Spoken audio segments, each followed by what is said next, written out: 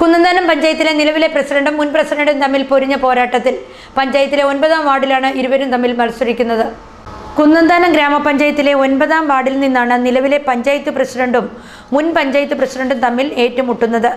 നിലവിലെ പഞ്ചായത്ത് പ്രസിഡന്റ് ശ്രീദേവി സതീഷ് ബാബുവും മുൻ പ്രസിഡന്റ് മാലതി സുരേന്ദ്രനുമാണ് 9ാം വാർഡിൽ തീപ്പൊരി മത്സരം കാഴ്ചവെച്ച് മുന്നേറുന്നത്. ഇരുവരും ഈ വാർഡിലെ താമസക്കാരുമല്ല. ഇരുവരും പാർട്ടി പ്രവർത്തകരുമൊത്ത് വീടുകൾ കയറിയിറങ്ങിയുള്ള വോട്ട് ചോദിക്കലിന്റെ തിരക്കിലാണ്. മാലതി സുരേന്ദ്രൻ കൈപ്പത്തിയുടെ അടയാളത്തിലും ശ്രീദേവി സതീഷ് ബാബു ചുറ്റിക അരിവാൾ നക്ഷത്രത്തിലുമാണ് മത്സരിക്കുന്നത്. കോൺഗ്രസും CPM-ഉം മുഖാമുഖം മത്സരിക്കുന്ന വാർഡെന്ന പ്രത്യേകതയും ഇവിടെയുണ്ട്. വികസന പദ്ധതികൾ തയ്യാറാക്കി സാമൂഹിക ക്ഷേമ പരിപാടികൾ ആവിഷ്കരിച്ച് നടപ്പിലാക്കുന്നതിനും തന്നെ വിജയിപ്പിക്കണമെന്നാണ് മാലതി സുരേന്ദ്രൻ ആവശ്യപ്പെടുന്നത്. കഴിഞ്ഞ 2010-15 ഇവിടുത്തെ ഈ ഗ്രാമപഞ്ചായത്തിലെ പഞ്ചായത്ത് പ്രസിഡൻ്റായിരുന്നു. നിരവധി വികസനങ്ങൾ ഞങ്ങൾ ഈ ഗ്രാമപഞ്ചായത്ത് ഞാനും എൻ്റെ സഹപ്രവർത്തകരും കൂടി ചെയ്തിരുന്നു.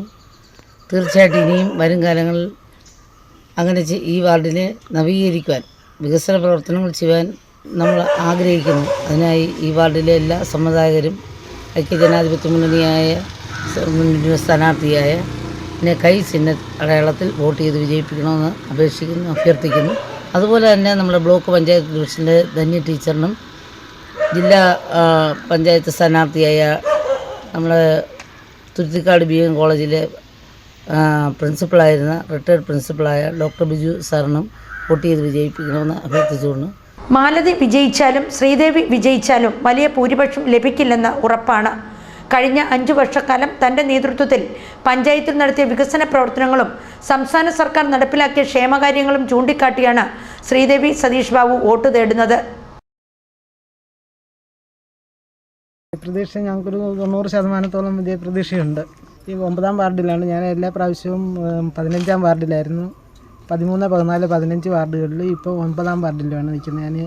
ഞാൻ 2005 മുതൽ സ്ഥാനാർത്ഥിയായിട്ട് മത്സരിക്കുന്നു. എല്ലാ പ്രാവശ്യവും വിജയം ഉറപ്പായിരുന്നു. ഈ പ്രാവശ്യവും വിജയിക്കുമെന്നുള്ള ഒരു ഉറപ്പോടുകൂടി തന്നെയാണ് പ്രവർത്തിക്കുന്നത്. ഈ വാർഡിലെ വികസന പ്രവർത്തനങ്ങളിൽ എൻ്റെ പങ്കാളിത്തം നന്നായിട്ടുണ്ടാകുമെന്ന് പറഞ്ഞുകൊണ്ട് നിർത്തും.